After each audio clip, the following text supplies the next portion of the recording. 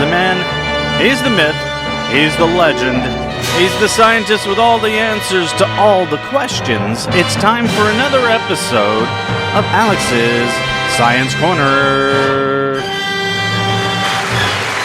Thank you. No, please, thank you. What's going on in the wide, wide world of science, my friend? Well, in celebration of the 100th recorded episode of Alex's Science Corner, a suggestion from Bobby was that we talk about what science was 100 years ago. So I got some stuff about what science was like 100 years ago. So 1919. Okay. So it's, and I'm going to talk about around that time because there's a few things in 1919, but there's a lot of stuff that led up to it, obviously. For those who don't know, 1919 is a year after the Great War ended. And there's a lot of stuff going around because of that. A lot of scientists were on hiatus, as it were, because of the war. And a couple the decade before then, in the 1905, 1910 period, that's when Einstein was beginning to do his main work on the theories of general relativity and special relativity. And so this time period that we're seeing now, or the 1919 period, is when a lot of physicists are sitting there going through his equations and saying, hey, you know what? I think this Einstein guy's got something here. So they're starting to find evidence for what Einstein was pointing out. One of the last things in this that I'm going to be discussing is Einstein in 1917 wrote a paper that described what lasers were going to be like. Now, the first lasers weren't built until the 1950s, but he described the physics of what a laser would be. That's pretty impressive. Yeah. 40 years before? Yeah. Well, Wow. I mean, again, this is he explained how the physics of a laser would work, and it wasn't until the 1950s we had the materials and the technology to make that happen. But he described how it was going to work. Because most of his work was with gravity and light, and that's the physics that he's studying. That's a lot of the stuff that involves astronomy. So I'm going to go back a little bit. For the 1918, they're also beginning. This is also the time that they're starting to figure out that the universe is larger than just our galaxy. Because they used to describe stuff like what we call the Andromeda Galaxy right now. It used to be the Andromeda Nebula. They thought it was just a cloud of dust. They didn't realize it was a whole nother galaxy. And they're beginning to figure that out at this time. For some reason, I thought they had figured that out well beforehand. No, only early 20th century. Yeah, early 20th centuries, they started to figure that part. But again, this is, the physics was definitely where we still think of as cutting edge. That physics was coming into state now. I was also thinking 1919. Wasn't there an influenza that was killing millions? Oh, yeah. It was 1918 was the Spanish flu. Right, okay. Which killed millions. And that started coming out. And in let me just talk about biology first then. Let me back up and talk a little bit biology. Sorry, if I messed up your train of thought there. Well, I'll come back to astronomy. So biology-wise, this is about 30 years after Darwin wrote his book on the origin of species. So for biologists, they're still trying to get the handle of what all of this means, what the meaning of all that is. The joke we used to have is this is the time period where, I've discovered a new species. What does it taste like? And that's would be a biology meeting from biologists. Yeah. And the funny part is that's the way they show off new species is by having a dinner of the species at these biology meetings. So that's where that joke comes from. But they're still putting out papers describing, this Medellin, which is a 17th, 18th century monk, came up with some beginning descriptions of inheritance behavior. And Darwin really took that to the next step. And they're still describing this stuff as Medellin. So they're writing all these papers about, this thing where two people get together, two creatures get together and they produce a baby. That's why things maybe change, because they've got stuff that's coming in different from the two different parents. They're still trying to get a handle on that. Again, it's 30 years after Darwin. I mean, there's still a lot going on now with biology about that, but this is still, it's the coming out of the dark ages for biology, but physics is pretty far along at this point. Also, one other note from let me just get the exact date. 1919 is when they figured the HIV pandemic began. Really? Yeah, so they believe they've figured out that the HIV virus started entering the human population in 1920. So even though it didn't really get recognized because it was still stuck in the African subcontinent, it had entered the human population in the 1920s. So that old story of the someone having sex with a monkey, some airline steward, and then it was having sex with a lot of people afterwards was not the true origin of the... Well, that's maybe how it spread out of Africa into the United States, and that's how doctors in the U.S. started to research it. But after a lot of research, they find that it had entered the human population in 1920. Okay. Did not know. And the first reports, the first descriptions of it, they didn't have it named that. But this is the first description of the symptoms, and and they've gone back to the old samples and said, "Oh, wait a minute, this is HIV." So let's go on back to physics.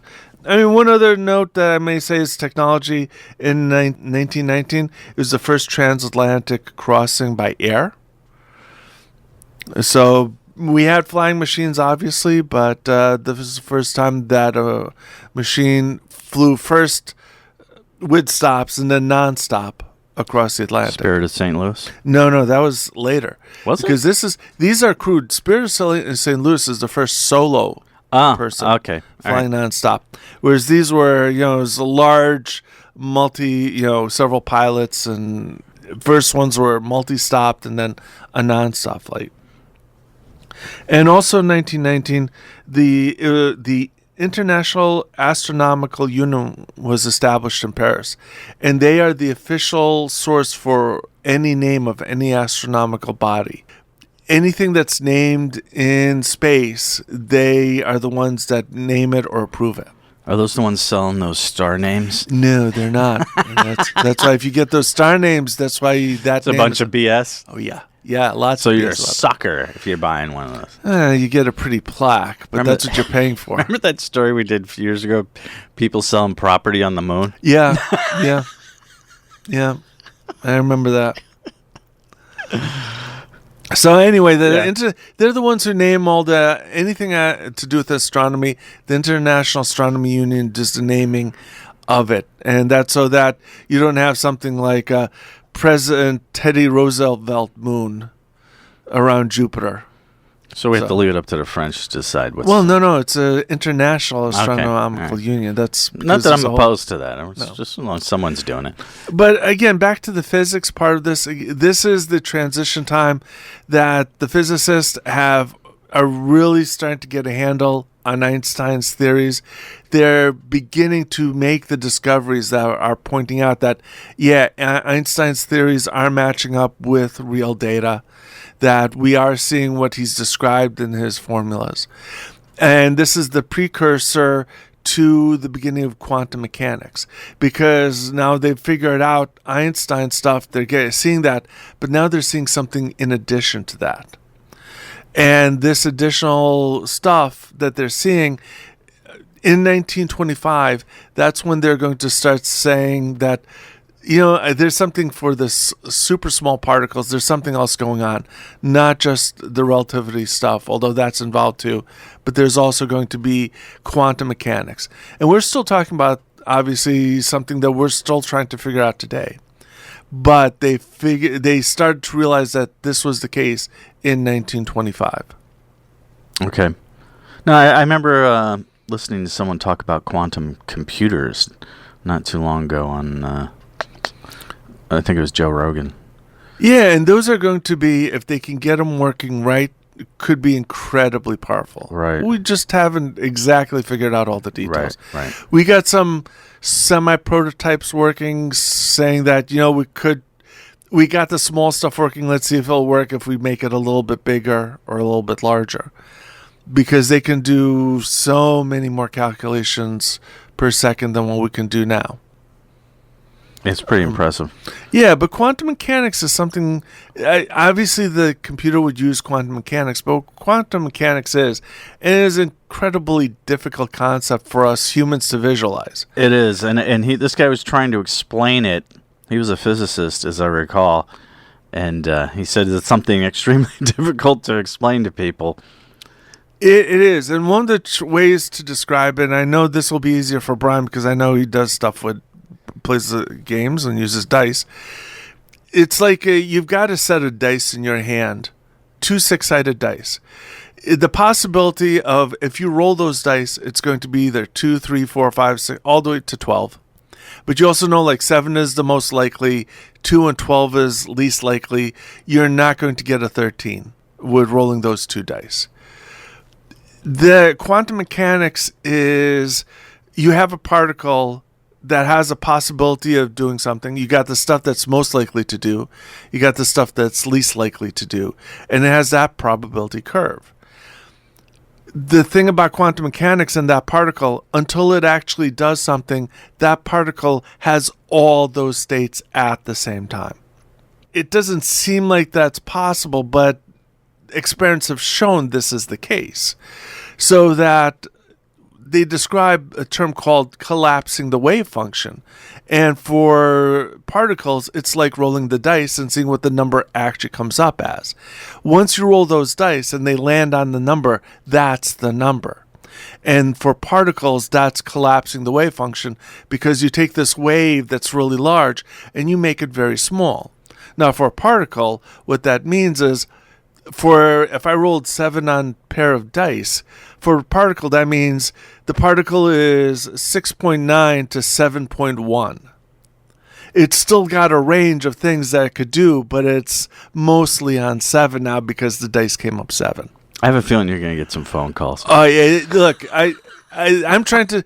This has taken me hours and hours of physicists doing their explanations. And I've heard explanations of this before, and it is a very difficult thing to grasp. Yeah, it is incredibly... Again, I've spent hours with people whose job is to try to explain it. I'm trying to remember... And I'm trying to cut that down to... I'm trying to remember the guy... There's a guy who just put out a book, or is on this, and he's writing it for laymen. I wish I could remember the physicist's name. He's real good. Younger guy, too. Well, there's also there's a YouTube channel called Science Asylum, which is a fun show. The problem is he's definitely speaking at my level of understanding and not for the laymen. People who haven't. For people who haven't spent. I'm not a physicist, but I've spent a lot of time. So him explaining it to me, I kind of get what he's saying, and now I'm trying to distill that down more, and it's incredibly difficult concept. One other way to describe it, if you put a slit of cardboard in front of a light, you shine the light through that. Little particles of light are going through that slit, and you'll see a bar of light on the other side. If you put 2 slits of light, you'll see an interference pattern. So you'll have a band of light with little black lines across it, but that'll be stretched across the whole screen. And that is the wave function of light. So you put 1 slit in, you have a bar. You put 2 slits in, you've got a wide band with interference.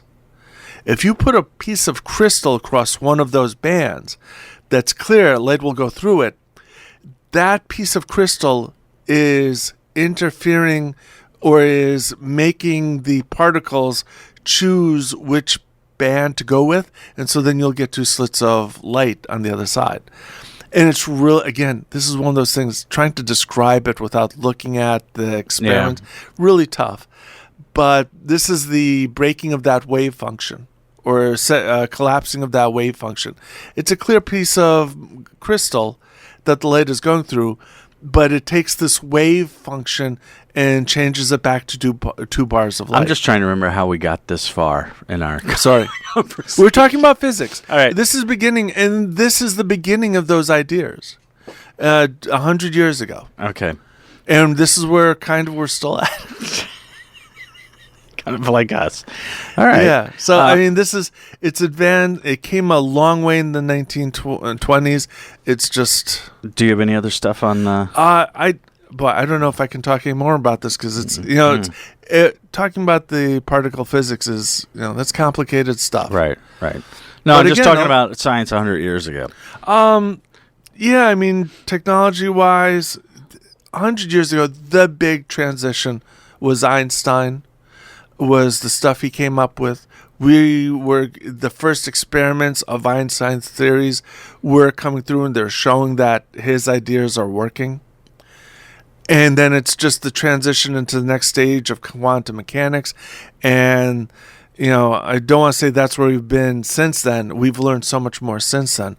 But this is where we're at.